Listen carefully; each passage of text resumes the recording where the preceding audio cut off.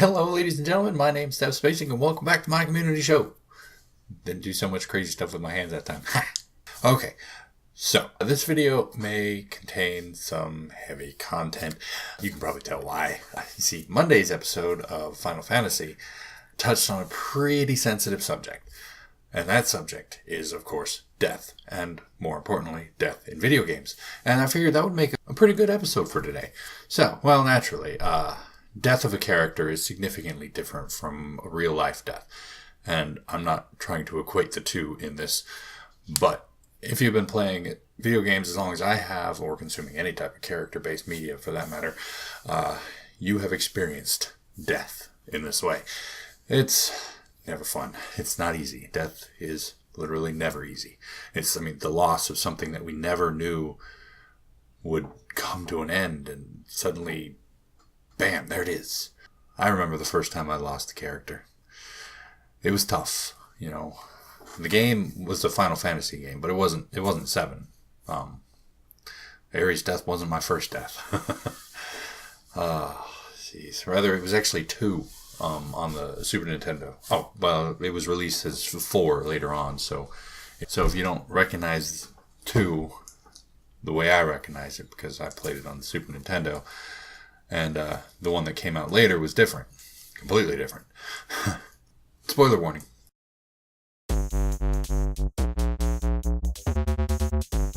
This is going to cover a lot of Final Fantasy 4/2's content. See, for those of you who don't know, the story was about the Dark Knight, Cecil, who was, he was struggling to bring the darkness in his kingdom and in himself to a heel, basically, to end it. Because, nobody wants darkness and evil, right? Because that stuff's evil. That's the whole point of it. Evil. But anyway, the first heavy theme in that story was being faced with your own darkness. See, when going through a cave, you ended up fighting a mist dragon, who's been warning you the entire time, go away, I don't like you, he was my bad. And, it's pretty natural, pretty normal. You find a dragon, you kill it, right? Too bad that this dragon was actually a summoned creature who was tied to its summoner, and the summoner, upon the death of the dragon, died as well. No big deal, right? The summoner was attacking me, so I had to fight it. Anyway, so you make it through the cave and you get into this town, and you're carrying this package from the king to the town, and you don't even know what's in the package, although, admittedly, in the revamp, this was nerfed, as well as a lot of other things, which I will cover in a moment. It wasn't a package, it was a bomb ring. And, it was a bit different when you know what you're carrying, because back then, I didn't know what I was carrying. I was carrying a package. And, I take this package to the town, and as soon as I get in the town, it opens up, bombs fly out everywhere, exploding all over the city, blowing it up. Dude. And if just let's top that off with, hey, did all that, and then all of a sudden we meet this little girl crying over her mom, who was the summoner, and you killed this girl's mom. And of course your best friend there, he's like, well, we were given a job to do, we're doing this job, right? Well, and of course, you end up having to fight the little girl who ends up summoning Titan, and Titan destroys the city, collapses the mountains around you, and blocks you off from the city. And you lose your friend, Cain, and so that was fun. But no, the first serious death of a character that you've gotten close to comes in the form of Sage, the Sage, Tella. Oh, my goodness. See, you fight with him for a little while. You run into Edward, who he thinks has gone and kidnapped his daughter, Edward the Bard, except Edward turns out to be a prince, and gives us the famous quote from the game, "You spoony bard, shut up, phone." Hey, Stephen King is tweeting again. Anyway, jeez, right? But he finds out that the group of the group of Red Wings that came over and blew up the city, or the castle that his daughter was in, Tella, not Edward, Tella's daughter was in, was headed by Golbez, and Tella the Sage goes on a vendetta. He's going to learn this powerful spell to destroy Golbez for what he's done. And in doing so, far later in the game, Tella sacrifices himself in order to kill Golbez. Spoilers, like I said. He summons Meteor, which, those of us who have played any other Final Fantasies know is a super powerful spell, but never quite as devastating, except for in 7, of course, but we won't go into that yet. Never quite as devastating as when Tella cast it and kills himself. Shut up. Phone. But Tella dies. Golbez doesn't. He takes 10,000 damage, which at that point is literally the cap on damage. Yeah, but he doesn't die. And Jesus. And, you lose Tella. He literally dies from casting Meteor because he's too old to withstand the force and the power of it. You pick up a couple of little fellas, little kids from the Black and White Mage Village, and they later on sacrifice themselves so that Cecil can move on to destroy the evil king. They turn themselves to stone to block walls which are going to crush your party. 2 more deaths. Seriously. 2 was rough. 4, on the other hand, nerfed it.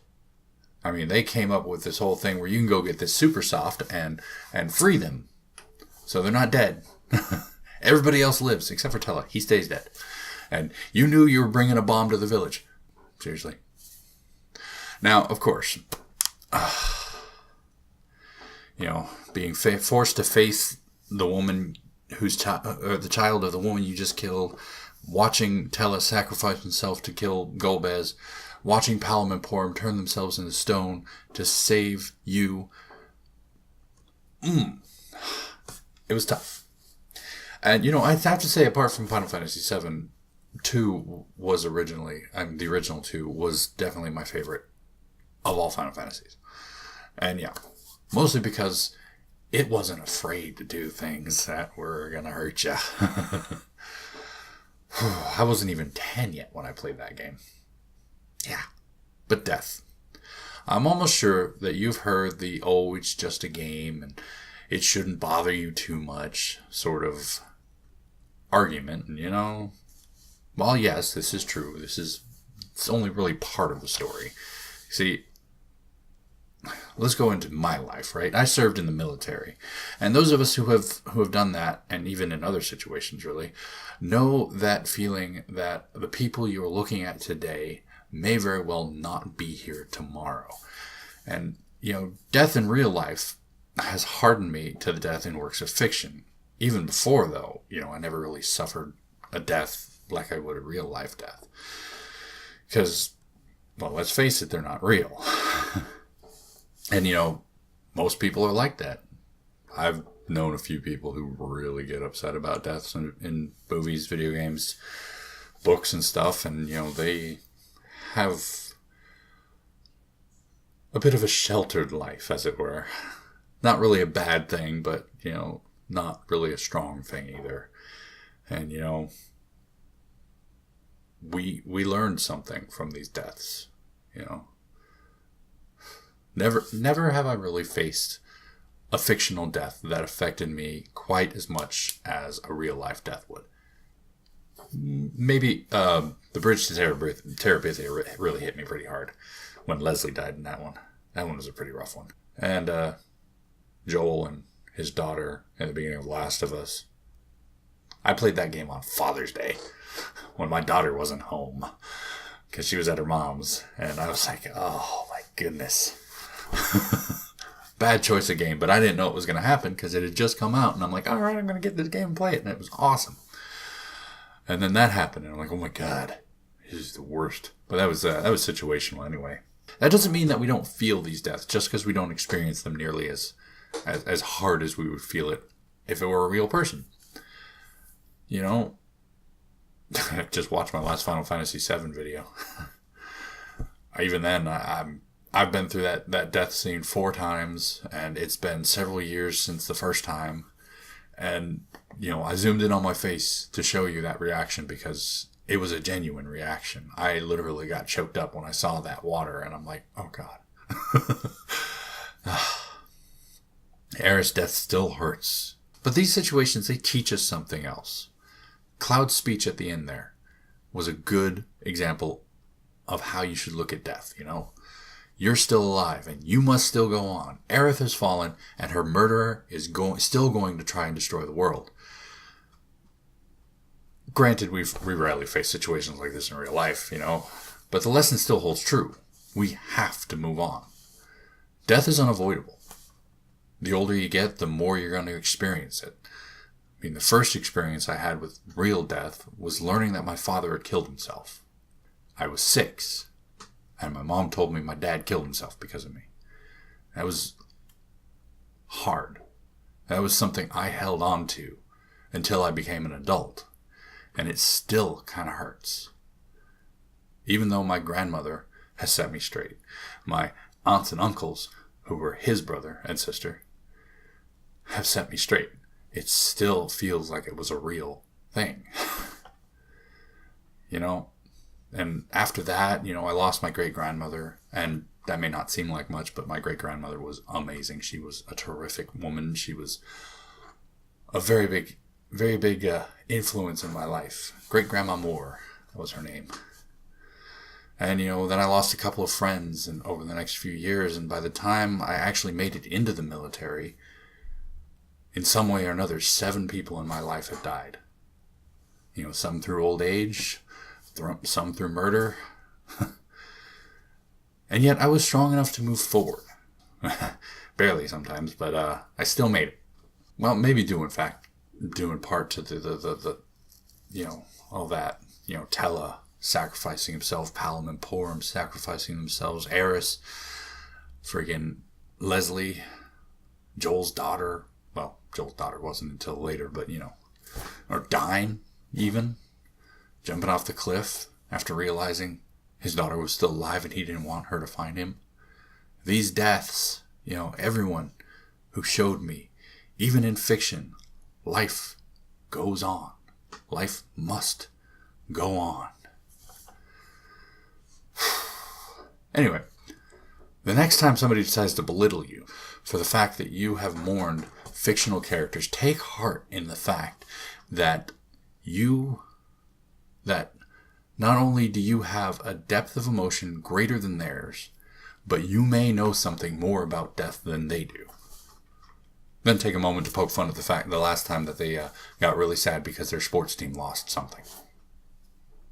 At least mine's a death. Yours is just a loss. You can get over it.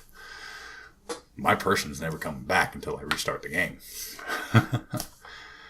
Anyway, thank you for watching this video. I hope it wasn't too rambly. I know I could get that way sometimes. If you enjoyed it, please poke that like button for me. And, if you feel the need to, you can comment down below. Maybe comment on what your worst fictional death was. You can comment on your real life death, but that's not really the topic of this video. I will still answer, and I will get back to you. This is a very important topic to me because I feel like it's important to get attached to characters, even if you know they're going to die. Like, first time I played Final Fantasy VII, Eris was literally in my party up until the Temple in the Ancients. Every single time I chose a character, she was in my party. And then, Temple of the Ancients, she runs off. Next time I see her, she dies. I was like losing my arm. Anyway, tune in next week where we'll try for a more upbeat topic. But of course, it's going to be kind of topical based on what we do. But until then, night. Or I guess morning. Because I'm doing this during the day this time.